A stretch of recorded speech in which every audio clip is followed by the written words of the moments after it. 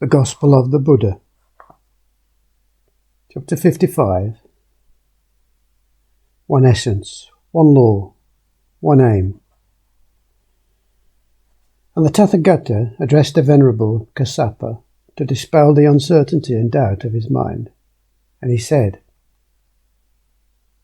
all things are made of one essence. Yet things are different according to the forms which they assume under different impressions.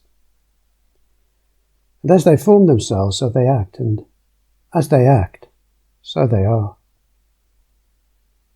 It is, Kassapa, as if a potter made different vessels out of the same clay. Some of these pots are to contain sugar, others rice, others curds and milk. Others still are vessels of impurity. There's no diversity in the clay used. The diversity of the pots is only due to the moulding hands of the potter who shapes them for the various uses that circumstances may require. And as all things originate from one essence, so they are developing according to one law, and they are destined to one aim, which is nirvana. Nirvana comes to thee, Kassapa, when thou understandest fully, and when thou livest according to thy understanding, that all things are of one essence. There is but one law. Hence, there is but one nirvana, as there is but one truth. Not two, not three. And the Tathagata is the same unto all beings, differing in his attitude only insofar as all beings are different. The Tathagata recreates the whole world like a cloud shedding its waters without distinction. He has the same sentiments for the high as for the low, for the wise as for the ignorant, for the noble-minded as for the immoral. The great cloud full of rain comes up in this wide universe, covering all countries and oceans, to pour down its rain everywhere, over all grasses and shrubs and herbs, trees, various species, families of plants of different names growing on the earth, on the hills, on the mountains, in the valleys.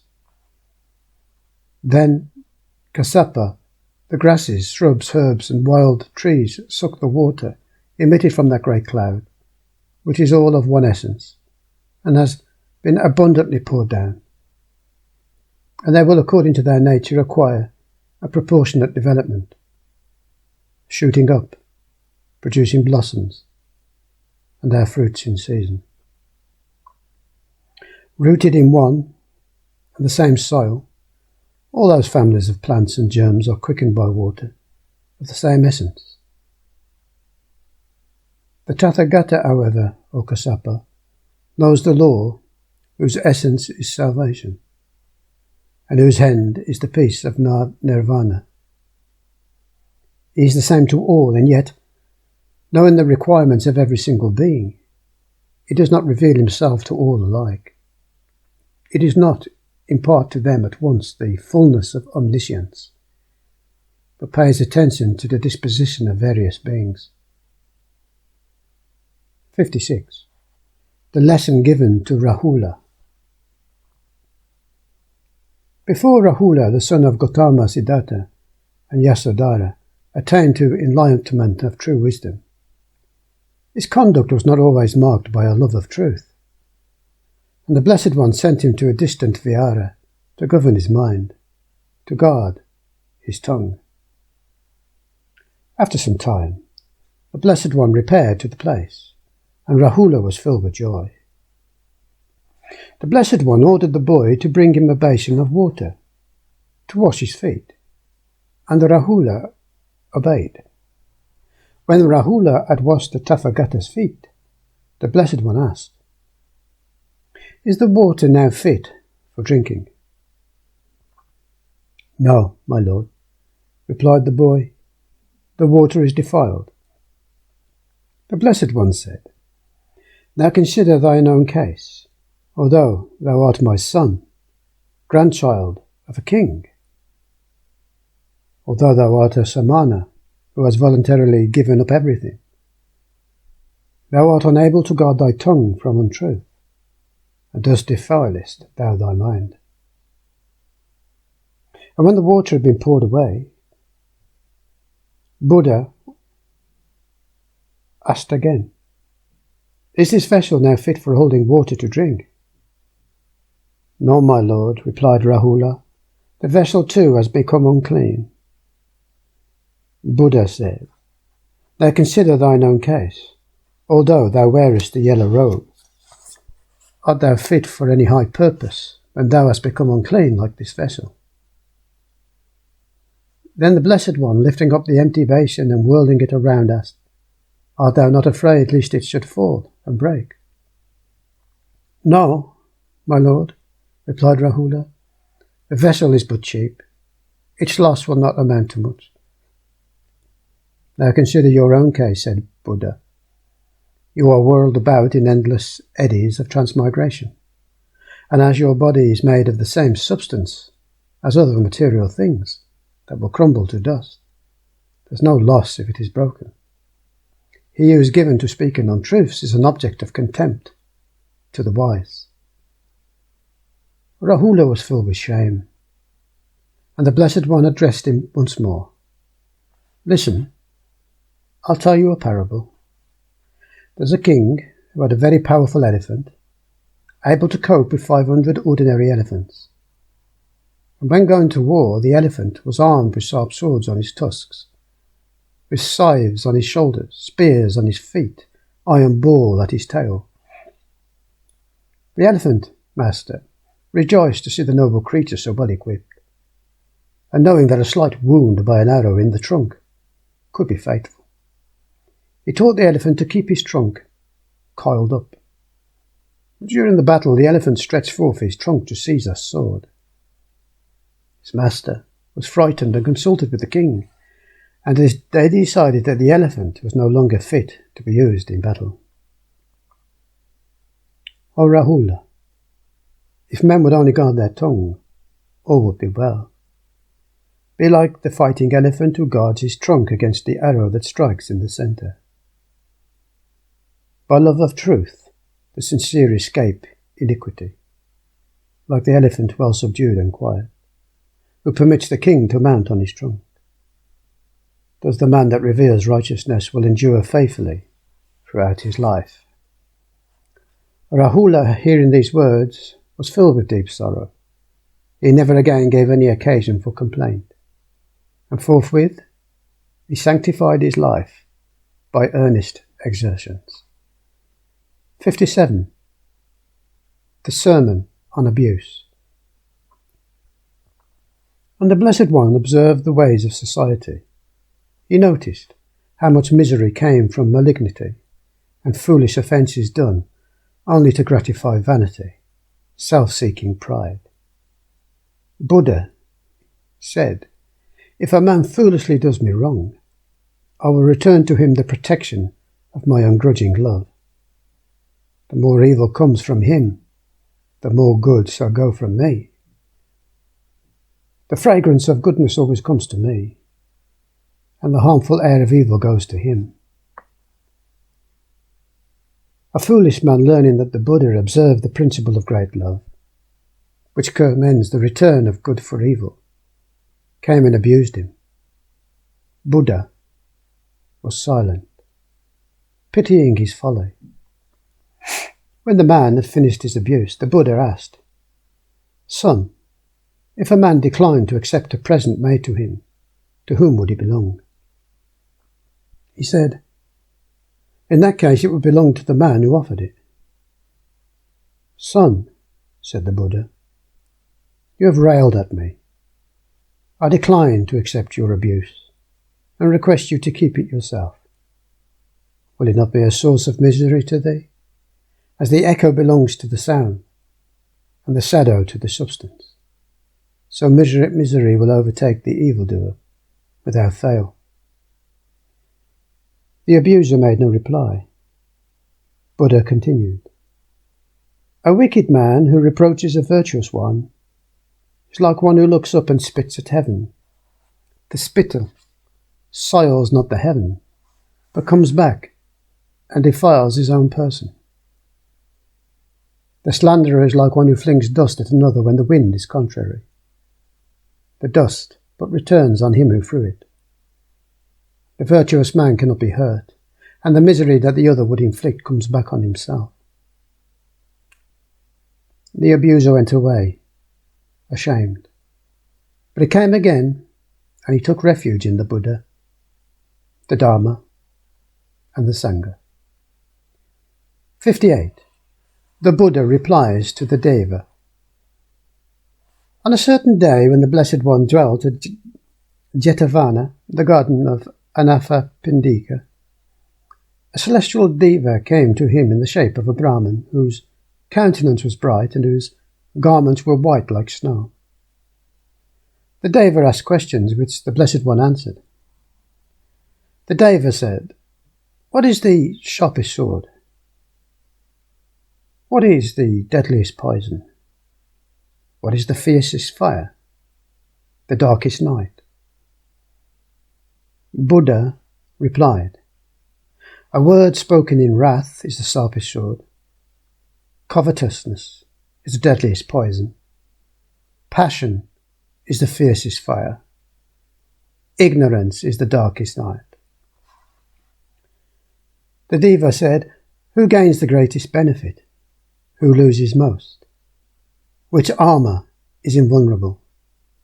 What is the best weapon?" Buddha replied, "He is the greatest gainer who gives to others, and he loses most who greedily receives without gratitude.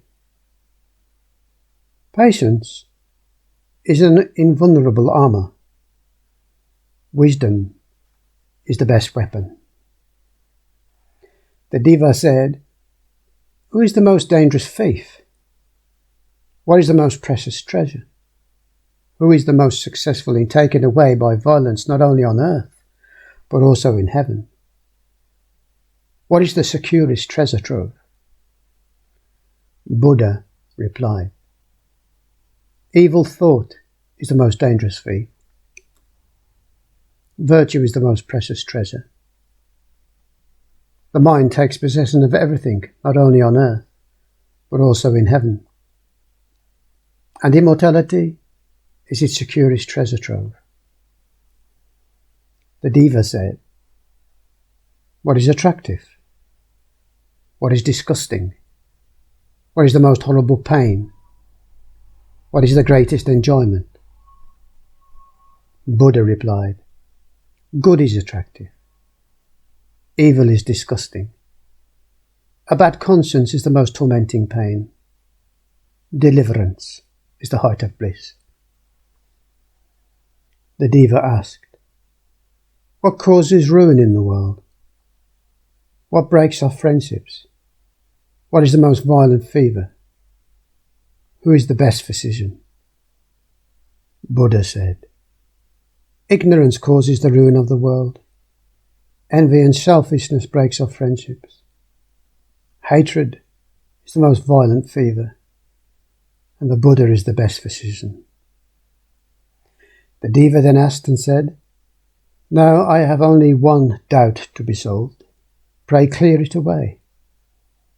What is it fire can never burn, nor moisture corrode, nor wind crush down, but is able to reform the whole world?" Buddha said, "Blessing. Neither fire, nor moisture, nor wind can destroy the blessing of a good deed. And blessings reform the whole world." The Deva, having heard the words of the Blessed One, was full of exceeding joy, and clasping his hands he bowed down before him in reverence and disappeared suddenly from the presence of the Buddha. 59. Words of instruction. The bhikkhus came to the Blessed One, and having saluted him with clasped hands, they said, "Master, all-seeing one, we all wish to learn, our ears are ready to hear. You are our teacher, incomparable. Cut off our doubt, inform us of the blessed Dharma, O thou of great understanding, speak in the midst of us, you who art all-seeing, as is the thousand-eyed Lord of the gods. We will ask the Muni of great understanding who has crossed the stream, gone to the other shore, is blessed and of a firm mind. How does a bhikkhu wander rightly in the world, after going out from his house and driven away desire? The Buddha said, let the bhikkhu subdue his passion for human and his celestial pleasures. Then, having conquered existence, he will command the Dharma. Such a one will wander rightly in the world. He who lusts have been destroyed, who is free from pride, who has overcome all the ways of passion, is subdued, perfectly happy, and of a firm mind. Such a one will wander rightly in the world. Faithful is he who is possessed of knowledge, seeing that way that leads to nirvana. He who is not a partisan, he who is pure and virtuous, and has removed the veil from his eyes. Such a one will wander rightly in the world. Said the bhikkhus, certainly, O Bhagavat, it is so. Whichever bhikkhu lives in this way, subdued and having overcome all bonds, such a one will wander rightly in the world. Buddha said, whatever is to be done by him who aspires to attain the tranquillity of nirvana, let him be able and upright, conscientious and gentle, and not proud. Let a man's pleasure be the Dharma. Let him delight in the Dharma. Let him stand fast in the Dharma. Let him know how to inquire into the Dharma.